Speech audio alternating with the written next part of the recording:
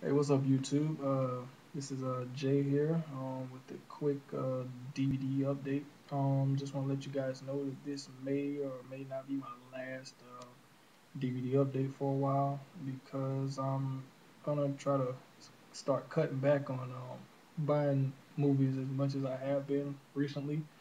Been thinking that I've been buying a lot, but I haven't been watching or reviewing a lot of my movies that I've been buying. I've just been adding to the collection, but haven't really been, you know, getting in, sit down watching a lot of them and stuff like that. And I don't plan on doing another video of where I have another stack of DVDs and Blu-rays of where I bought them and never watched them. So I'm gonna try to start watching more movies and stuff like that. Anyway, let's get right to the DVD update. First is a movie that I just saw here recently, and I liked it. I just basically loved the movie from for the first time, and I knew I just had to buy it and add it to the collection. And that movie is Scott Pilgrim versus the World, starring Michael Cera. It's one of his better movies. Well, I wouldn't actually say better movies. I mean, I like pretty much all the movies I've seen Michael Cera in. It's just that I kind of like this character over some of the others, where a lot of his other movies he's always the shy and timid, kind of nervous kid or whatever. And this one, there's some traces of that, but with this, I don't know, just something about this movie that I really, really like. I don't know, maybe it's the video game aspect where he has to fight 8 different exes for Mary Elizabeth Winstead's love and affection or whatever, which I thought was kind of cool. And directed by Edgar Wright, who everyone knows did Shaun of the Dead and everything like that. I just really, really enjoyed this movie, and so like I said, I had to get the DVD for it. Thinking about getting it in Blu-ray, but the Blu-ray is a little bit more expensive, and I'm basically, in a nutshell, trying to be cheap. I decided to get the cheaper DVD for it. Not saying that at some point I probably won't upgrade and get it in Blu-ray. I probably will. Just the fact that all the special features, which I'm really into, were on both, and I said, hey, well, I can get basically the same movie, just regular DVD. So plus the bonus features, and so I said, okay, well, I'll just get the regular DVD for it. So there it is, Scott Pilgrim versus the World. Next up is a double feature, and I primarily got it for the first movie, more so than the second one, because I'm not really a big fan of the second movie. But I mean, it was cheaper to get two for the price of one, opposed to getting one that could have been for the price of two almost. So that double feature being the House on Haunted Hill double feature of House on Haunted Hill and Return to House on Haunted Hill.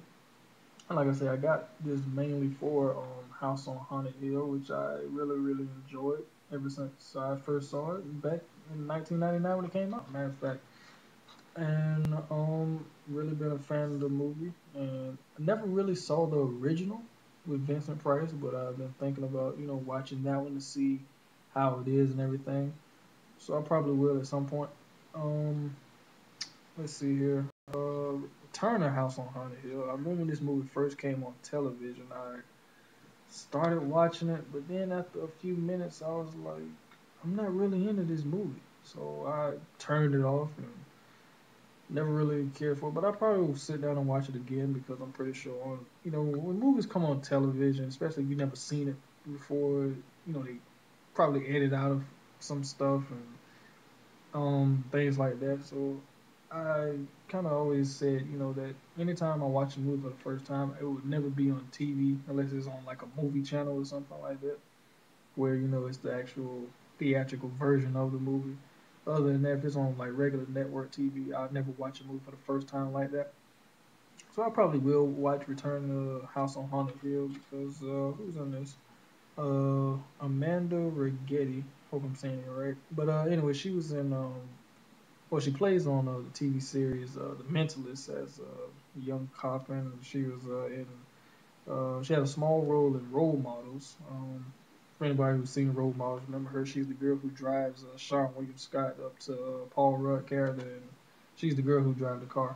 Anyway, And then also she was in the Friday the 13th remake and everything. And also it stars Karina Vincent, who I've seen in many movies and some good, some bad, but she's pop up in a lot of you know independent horror movies lately, and she's also very nice to look at.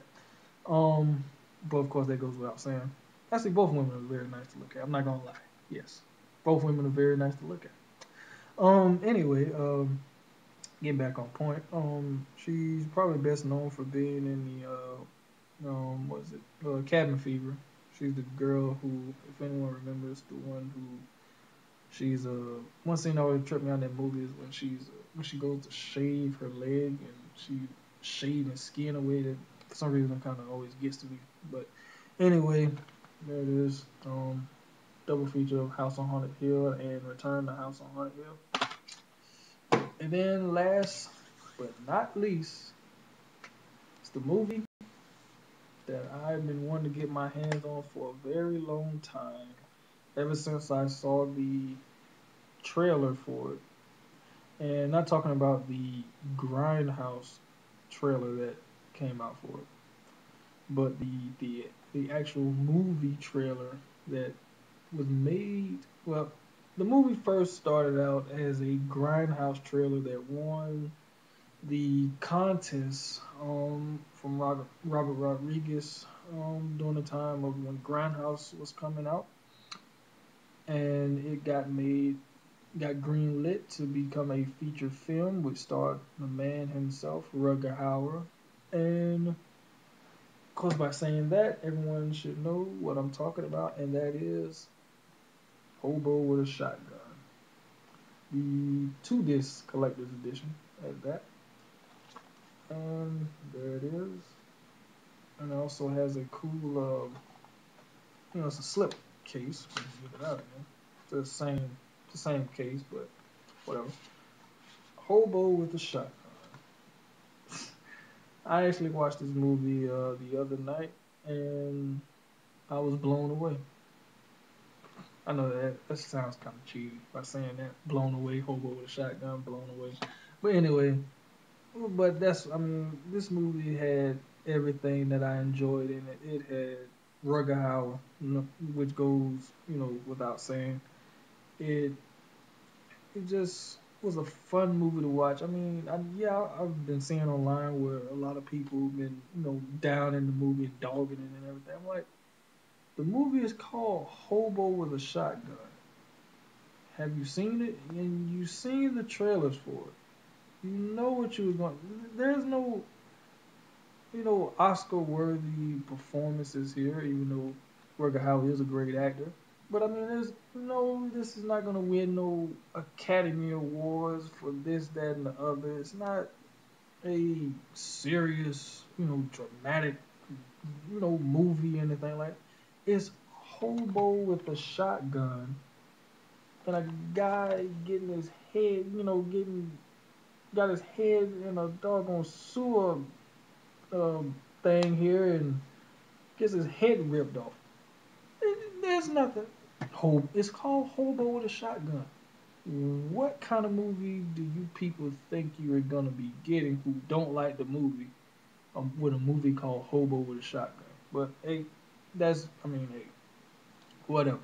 For the people who didn't like the movie or bashed the movie, I'm not saying that you're right or wrong. I'm just saying don't have high expectations or whatever for a movie called Hobo with a Shotgun. Same thing goes for Machete. I know a lot of people didn't like Machete. I mean, what do you think? A movie called Machete. I mean, hell, they could have called Friday the 13th the sequels. Guy, because he used the machete in a couple of those movies. I mean, hell, Jason Voorhees used damn near every kind of garden tools he could get his hands on. They could have named some of those movies. Let's see, what are you using?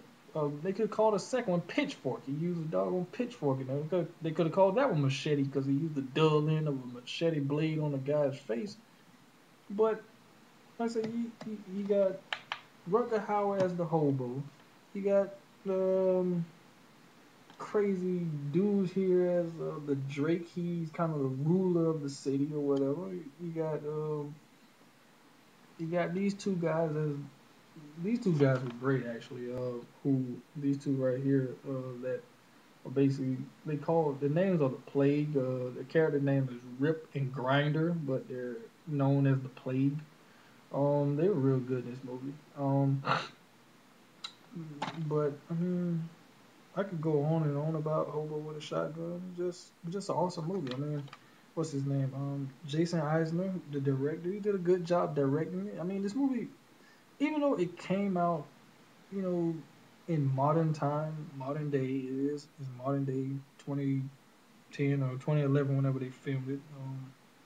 Even though it came out this year, but I think they filmed it last year sometime.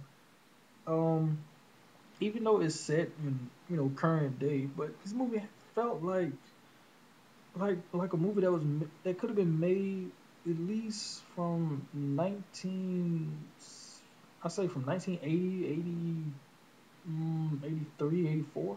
It has that feel to it. I mean, it has that kind of old, that 80s feel to it. I mean, they never say exactly when exactly it's taking place, so it could be set in the 80s for all I know. I never read the script or anything like that, and it didn't say there in the movie exactly when it takes place, but it just has that 80s feel to it, which in this case is a good thing.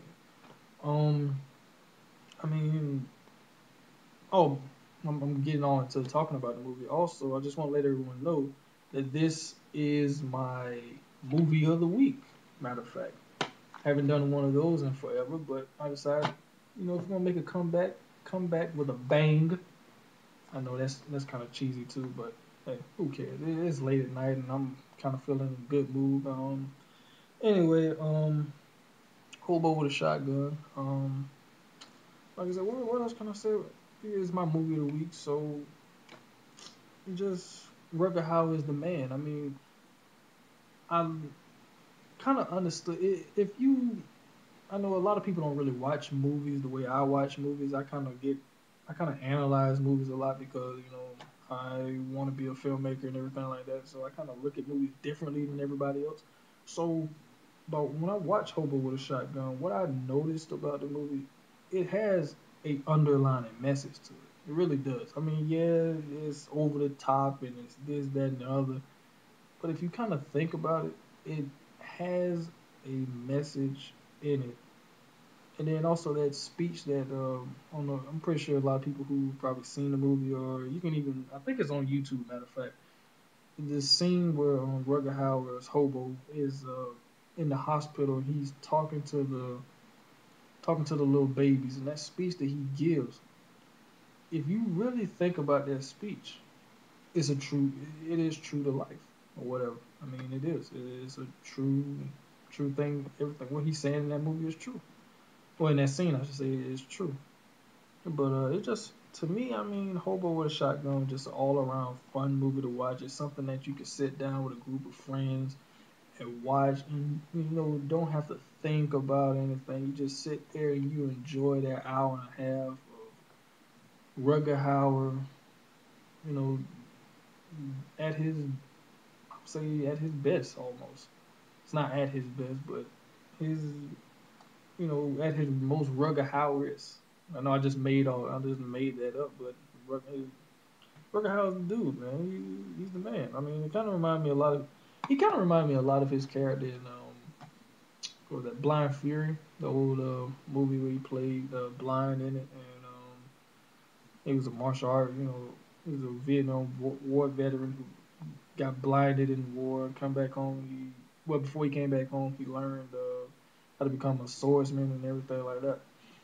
But this movie, I mean, this role, I should say, kind of reminded me of that, where he was funny, but in this he wasn't really so much what's say funny. I mean, he had a couple of funny moments, but other than like in Blind Fear where it was a mix of comedy and seriousness, but in this it was more serious in tone and everything like that. So, but I mean, just it kind of reminded me a little bit of that movie and that character in some ways, but just a great, great, great movie. Oh, and one other thing before I go, I don't know if they did this on purpose or not, but the intro to this movie reminds me so much of They Live, and the reason why I say that is because of the whole train thing. I just wish It'd been interesting if the hobo actually had like a theme music that played throughout the movie. I would have liked that. But so when I first saw him on the train, and it kind of reminded me of They Live as the stranger coming to town and the train, and I don't know. But anyway, so those are my pickups. These are my pickups for the week. For what I'll say for the month of July, actually. Like I said, it might be the last one I do for a while because I'm gonna get back into doing movies of the week and try to get into doing more reviews and talking about movies on here and everything. I mean, I've been saying that probably on at least a whole bunch of videos, but I never follow through on it. But I'm gonna start trying to actually get back into the flow of talking about movies and everything like that. Excuse me. It's been a while since I actually, got on here and talked this one. I think this might be the longest video that I've done in a while too. About 16 minutes. Okay, so yeah, those are my movies that I picked up, which is the House on Haunted Hill double feature, Scott Pilgrim versus the World, and The Great Hobo with a Shotgun coming to a home near you. Anyway, I don't know where that came from, but I'm just having fun right now. So thank you guys for watching and supporting my channel and everything. So rate, comment, subscribe, comment down below. Let me know your thoughts on these movies. Let me know what you think about Hobo with a Shotgun, and I will see you guys in another video. So thanks for watching. Peace.